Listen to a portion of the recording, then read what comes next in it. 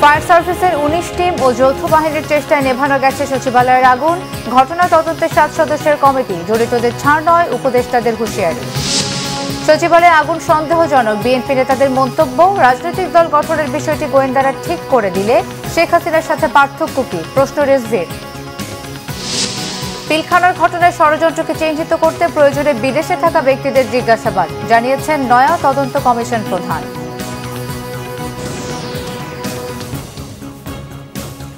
দেখছিলেন crown cement সংবাদ শিরোনাম।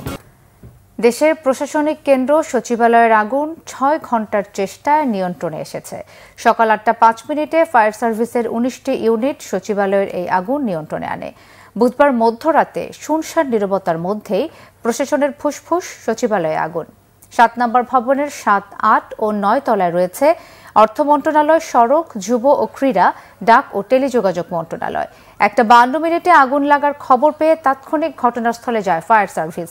আগুন নেভানোর সরঞ্জাম নিয়ে রাস্তা পারাপারের সময় ট্রাক চাপায় ঘটনাস্থলে নিহত হন ফায়ার সার্ভিসের কর্মী সোহানুজ্জামান নয়ন। আগুনের খবর পেয়ে কর্মকর্তা কর্মচারীরা সচিবালয়ের সামনে রাস্তায় জড়ো হন। তাদের অনেকেই জানান, আগুনের ঘটনায় গুরুত্বপূর্ণ নথিপত্র সহ অনেক কিছুই পুড়ে গেছে।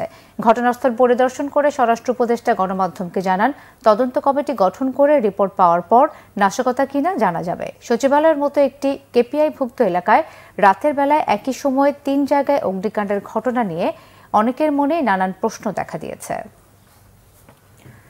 দর্শক, এই মুহূর্তে সচিবালয়ে আছেন আমাদের বিশেষ প্রতিনিধি মুহিবুল্লাহ মুহিব। সরাসরি যুক্ত হচ্ছে তার সাথে। মুহিব, সচিবালয়ের কার্যক্রমের এখনকার অবস্থা সম্পর্কে আমাদের জানাবেন। আর প্রধান উপদেষ্টা সচিবালয়ে যাচ্ছেন, এই বিষয়ে সবশেষ কি তথ্য আছে আপনার কাছে? মিথিলা, আসলে আপনি নিশ্চয়ই জানেন যে বাংলাদেশের ইতিহাসে সচিবালয়ের মতো স্পর্শকাতর জায়গায় এত বড় অগ্নিকাণ্ডের ঘটনা অতীতে কখনো আর ঘটেনি।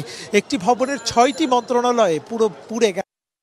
সবচেয়ে গুরুত্বপূর্ণ তথ্য সেটি হচ্ছে যে অন্তর্বর্তী সরকারের যে 2 জন উপদেষ্টা রয়েছেন ছাত্রদের প্রতিনিধি হিসেবে একজন নাহিদ ইসলাম আর একজন হচ্ছে আসিফ মাহমুদ, এই 2 জনেরই কিন্তু মন্ত্রণালয় ছিল ওই একই ভবনে, অর্থাৎ ডাক ও টেলিযোগাযোগ মন্ত্রণালয়, অন্যটি হচ্ছে স্থানীয় সরকার মন্ত্রণালয়।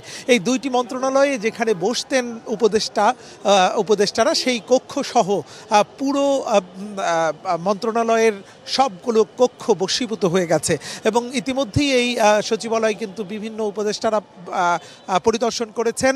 তবে প্রধান উপদেষ্টা ডক্টর মোহাম্মদ ইউনূসের এইখানে এটা পরিদর্শনের কথা রয়েছে। এখন পর্যন্ত তিনি এখানে আসেননি। তবে আমরা যেটি জেনেছি যে যমুনায়, রাষ্ট্রীয় অতিথি ভবন যমুনায় এই মুহূর্তে উপদেষ্টা পরিষদের বৈঠক চলছে এবং এই ঘটনাকে কেন্দ্র করে ইতিমধ্যেই 2টি কমিটি হয়েছে।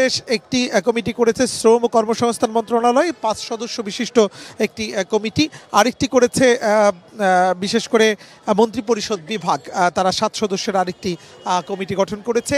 এই অগ্নিকাণ্ডের কারণ উদ্ঘাটনের পাশাপাশি এর মধ্যে কোনো নাশকতা ছিল কিনা অথবা এটি কোনো নিছক দুর্ঘটনা কিনা সেগুলো উদ্ঘাটনে এই কমিটি কাজ করবে। তবে যাদের সঙ্গেই কথা বলেছি তারা এটি মনে করছেন যে এটি আসলে দুর্ঘটনা নয়, এটি আসলে পরিকল্পিত কোনো নাশকতা হতে পারে। কারণ হচ্ছে একই সঙ্গে একটি ভবনের 3 জায়গায় আগুন লাগার ঘটনা এবং সেই আগুনগুলো ছড়িয়ে যাওয়া বিভিন্ন মন্ত্রণালয়ের বিভিন্ন ফ্লোরে, সেটি আসলে অনেকটা অসম্ভব ব্যাপার মনে করছেন। যেহেতু রাতে এখানে গোয়েন্দা সংস্থা সহ পুলিশের শতাধিক টিম এখানে ডিউটিরত থাকে, তো আসলে এই বিষয়গুলো এবং চারপাশে যেহেতু সিসিটিভি রয়েছে, এই সিসিটিভি মনিটরিং এবং এগুলি মূলত সার্বিক পর্যালোচনা করলেই মূলত বোঝা যাবে যে সচিবালয়ের অগ্নিকাণ্ডের আসলে মূল কারণ কি। তো সব মিলিয়ে গণমাধ্যম কর্মীরা কিন্তু আজকে এই সচিবালয়ে প্রবেশ করতে পারেনি। সবগুলো ভবনে যেহেতু এই মুহূর্তে বিদ্যুৎ নেই, পুরে ভস্মীভূত হয়ে গেছে এবং অনেকেই মনে করছেন যে মন্ত্রণালয়ের অনেক গুরুত্বপূর্ণ নথি পুড়ে ছাই হয়ে গেছে। এবং বর্তমান সরকারের একজন উপদেষ্টা তিনি স্পষ্টতই বলেছেন যে গত 15 বছরের দুর্নীতি অনিয়ম নিয়ে যেসব নথি, তথ্য, উপাত্ত তারা সংগ্রহ করেছিলেন, সেই তথ্য উপাত্তও কিন্তু পুড়ে ছাই হয়ে গেছে। তো সব মিলিয়ে ক্ষয়ক্ষতির পরিমাণ কি বা কী ধরনের রাষ্ট্রীয় সম্পদ নষ্ট হয়েছে সেটি জানতে হলে হয়তো অপেক্ষা করতে হবে এবং তদন্ত কমিটি যখন পূর্ণাঙ্গ প্রতিবেদন দিবেন সেই প্রতিবেদনের পরই মূলত উদ্ঘাটন হবে আসলে আগুন লাগার মূল কারণ কি। তো মিথিলা, এই ছিল আমার কাছে সচিবালয়ের অগ্নিকাণ্ডের পর সার্বিক পরিস্থিতির তথ্য। মিথিলা। মুহিব, আপনাকে ধন্যবাদ। সরকার শেখ হাসিনা ও তার দোসরদের নথি চাওয়ার পরই সচিবালয়ে আগুনের ঘটনা বলে মন্তব্য করেছেন বিএনপির সিনিয়র যুগ্ম মহাসচিব রুহুল কবির রিজভী।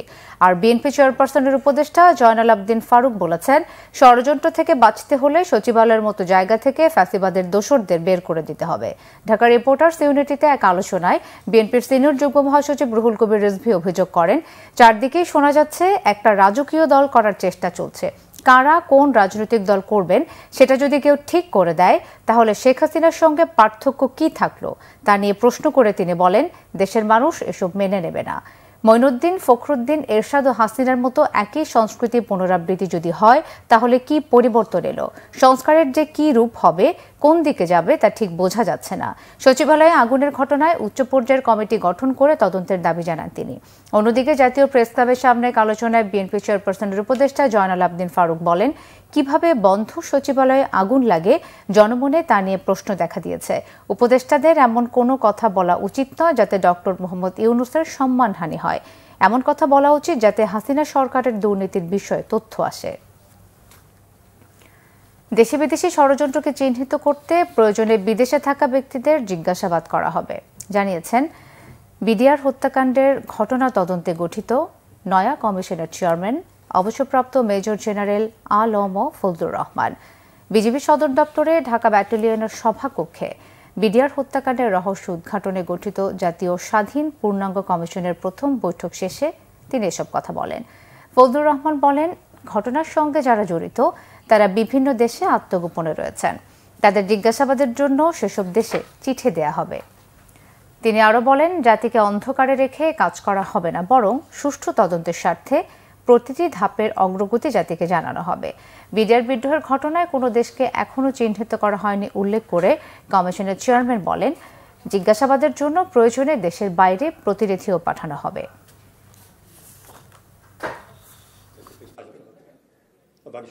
যেহেতু দেশি বিদেশি ষড়যন্ত্রের কথা বলা হয়েছে, যারা দায়ী হবে দালিলিকভাবে, অনেকেই হয়তো এই 5 আগস্ট যে বিপ্লব হলো সেই বিপ্লবের পরে দেশ থেকে তারা চলে গেছেন। প্রয়োজন হলে আমরা ওই দেশের সঙ্গে আলোচনা করে যদি এক্সট্রাডিট করা সম্ভব না হয় তাহলে আমরা টিম পাঠাবো সেখানে তাদেরকে টেস্টিফাই করার জন্য, তাদের স্টেটমেন্ট নেওয়ার জন্য। গুজব ও ভুল তথ্য প্রতিরোধে গণমাধ্যম গুরুত্বপূর্ণ ভূমিকা পালন করছে বলে মন্তব্য করেছেন পররাষ্ট্র সচিব মোহাম্মদ জসিমউদ্দিন। রাজধানীর ফরেন সার্ভিস একাডেমিতে প্রথমবারের মতো ডিপ্লোম্যাটিক করেসপন্ডেন্স অ্যাসোসিয়েশন বাংলাদেশে আয়োজিত ডিক্যাপ মিডিয়া অ্যাওয়ার্ড প্রদান অনুষ্ঠানে তিনি এই মন্তব্য করেন। ভুয়া, অপতথ্য, গুজব ও মিথ্যা সংবাদের মোকাবেলায় কূটনৈতিক সংবাদদাতাদের সঠিক তথ্য তুলে ধরার উপর গুরুত্ব আরোপ করেন পররাষ্ট্র সচিব। তিনি বলেন, আন্তর্জাতিক অঙ্গনে দেশের পররাষ্ট্রনীতির সঠিক অবস্থান তুলে ধরতে কূটনৈতিক সংবাদদাতারা গুরুত্বপূর্ণ ভূমিকা পালন করছে।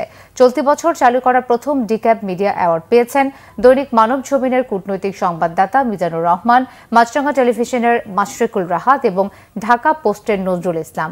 বাংলাভিশনের ইমরুল কায়েস সহ প্রতিযোগিতায় অংশগ্রহণকারীদের হাতে সম্মাননা ক্রেস্ট তুলে দেন পররাষ্ট্র সচিব মোহাম্মদ জসিমউদ্দিন।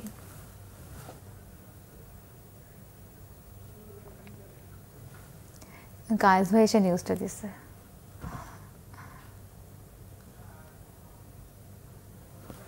তথ্য যাচাই, সূত্র পরীক্ষা এবং আন্তর্জাতিক সম্পর্কে বিষয়ে সঠিকভাবে প্রতিবেদন তুলে ধরতে হয়। আপনাদের সঠিক তথ্য উপস্থাপন ও ভারসাম্যপূর্ণ প্রতিবেদন গুজব ও ভুল তথ্য ছড়ানো প্রতিরোধে গুরুত্বপূর্ণ ভূমিকা রাখতে পারে। এই ছিল এখনকার মতো। পরের সংবাদ সন্ধ্যে 6টায়, এর আগে 5টায় রয়েছে নিউজ টপ 10 দেখার আমন্ত্রণ রইল। এছাড়া বাংলাভিশন সংবাদ ও সংবাদ সংশ্লিষ্ট অনুষ্ঠান দেখতে ভিজিট করুন www.bbnews24.com ও facebook.com/banglavisionnews এবং সাবস্ক্রাইব করুন youtube.com/banglavisionnews। ধন্যবাদ।